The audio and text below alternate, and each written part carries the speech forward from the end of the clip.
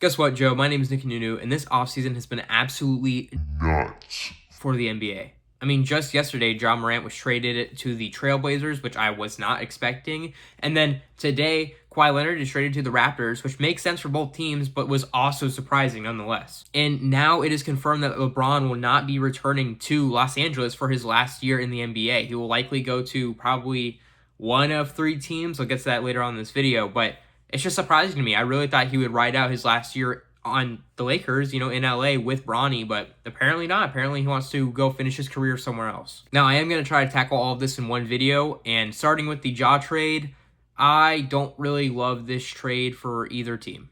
I mean, the Grizzlies sent Ja to the Trailblazers for Jeremy Grant and Chris Murray, but if that's not the biggest nothing burger with rice I've ever seen as far as a return, I don't know what is. I mean, the Grizzlies are kind of nuts for not getting a single draft pick for Ja Morant, a guy who we thought would be the face of the NBA just a few years ago. You don't get a single draft pick for, not even a second rounder. That is kind of nuts. I mean, they basically just got rid of Ja for nothing, not even for salary, nothing, because Jeremy Grant has a massive contract he still have to pay out. And yeah, Jeremy Grant is an okay player and has, a good pass to him, but still, he's not going to have a crazy effect on the court for you. And Chris Murray is basically just a guy. He's just a roster filler, not even like a crazy good player, not even like a good role player. He's just fine. So you basically just got nothing for an all-star. That's a bad trade, dude. So needless to say, I don't like this trade for the Grizzlies. I mean, they sold at the lowest point possible whenever you probably could have held on to him for a little bit, let him play good, get at least one draft pick in the future. Or you could have sold on him prior, whenever it was more rumored a year ago, and you still didn't. I don't get the trade. Now, for the Blazers, I honestly have some mixed emotions. Now, I'll start with the good. You got an all-star caliber player for essentially nothing. You didn't really care about Chris Murray or Jeremy Grant on this team, and you got rid of them for an all-star. That's a really, really good upside. I mean, you basically won this trade with no doubt in my mind. It's not like you wanted to pay Jeremy Grant the next 2 years, and now you get to pay a guy who could be really good for your team. And who knows, maybe all Ja needed to stay on the court consistently was just a new jersey to play under. Maybe he's really good for the Raptors. I don't think that's super likely, but maybe he is. I don't know. But now going on to the negatives, Portland, you have way too much point guard play.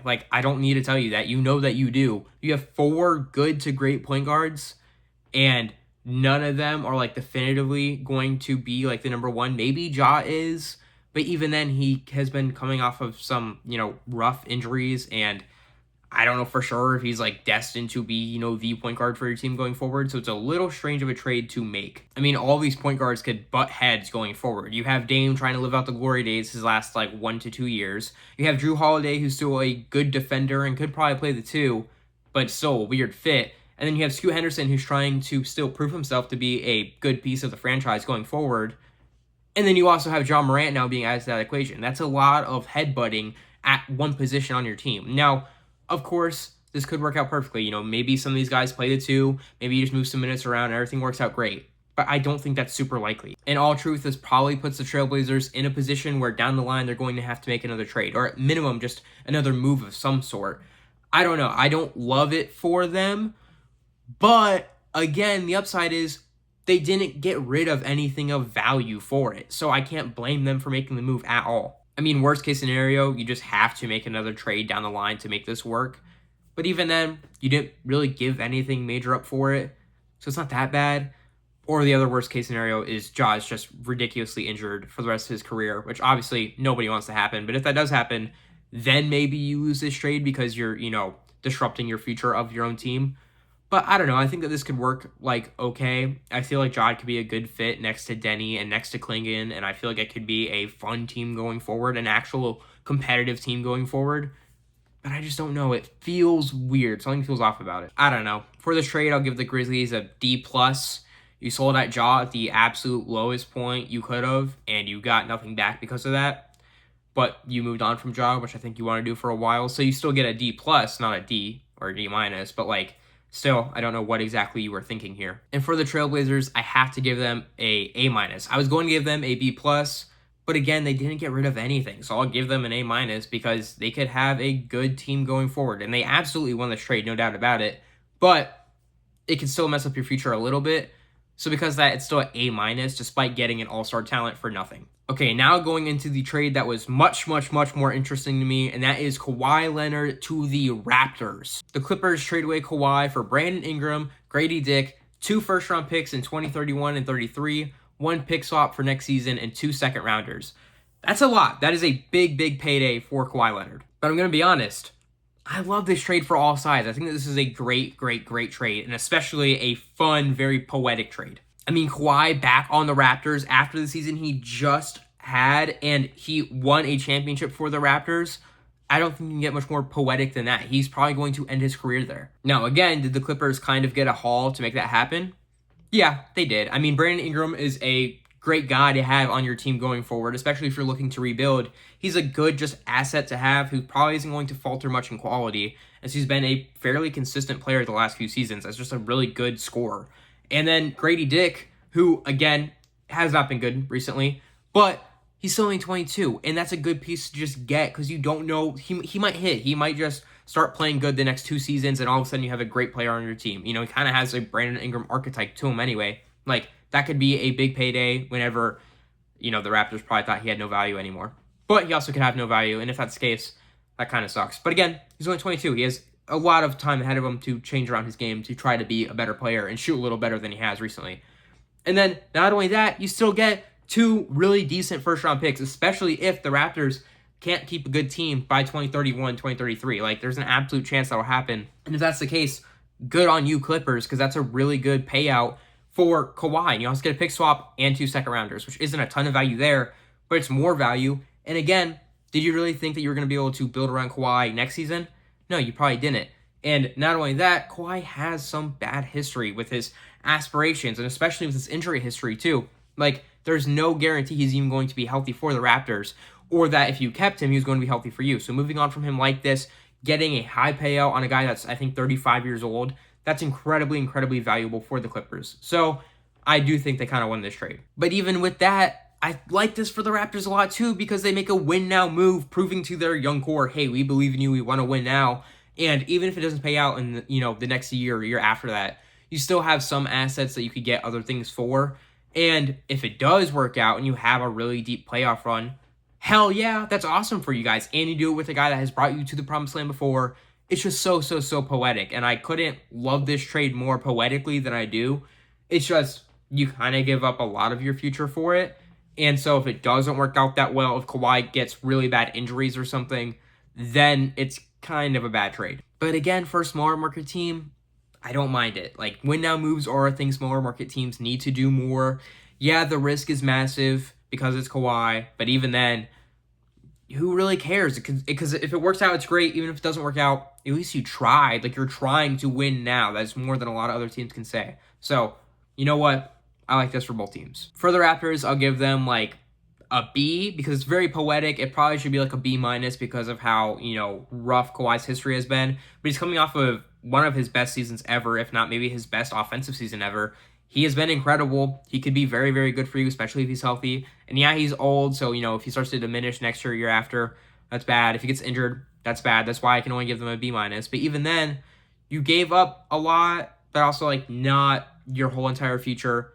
And it does make your team better today, in my opinion, without a doubt, in my mind. Like, it makes you an actual contender. Because I think that your team is good enough now that they could say, yeah, we think we could definitely be a force in the East. We think we can make a finals run. And you know what? If Kawhi has the season he had last year, I could totally see that happening. And for the Clippers, I'll probably give them, I'll give them an A, because you sold at the perfect time. Like, you could not have sold higher on Kawhi. It's just a great haul to get back for a guy that, again, 35 years old with bad injury history and probably should have been suspended for, tampering or whatever you want to call it with his aspirations.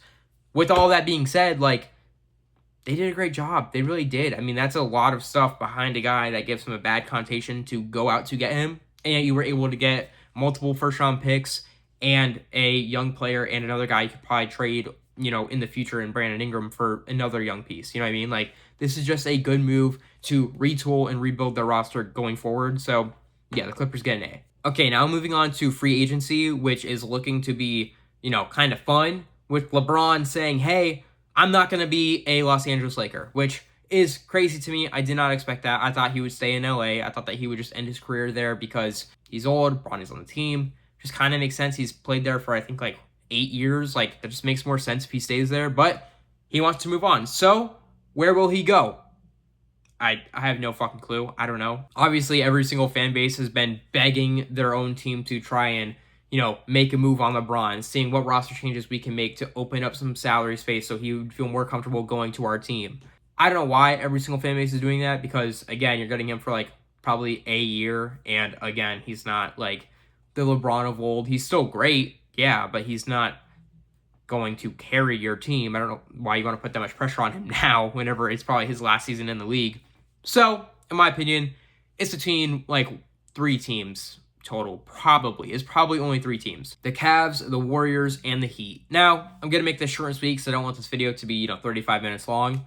I don't see him going to the Heat. I just don't see that happening. They just traded for Giannis. I don't think that they want to bring in an older LeBron, or he's probably only going to be there for, like, a year, and he's not going to be a great, great, great piece to have next to Giannis. They're probably going to look for other guys that will fit the timeline for a little longer than LeBron could. And nextly, the Cavs make a lot of sense, yes, because he started his career there, went back there, won a championship and everything. But, gonna be honest, I don't think he's going to go to the Cavs. And the only reason I'm saying that is because he already went back and won his championship. He already has his poetic ending in, Cleveland. And yeah, he could add on to that by finishing his career there, and maybe he will. It's absolutely possible. But I think the better option is the Warriors because it would just be more fun. That's literally it. Like, I just think it would be more fun. I mean, think about it. They just had the Olympics 2 years ago, and what was more fun than watching LeBron and Curry play on the same team? Literally nothing. It was so much fun to watch.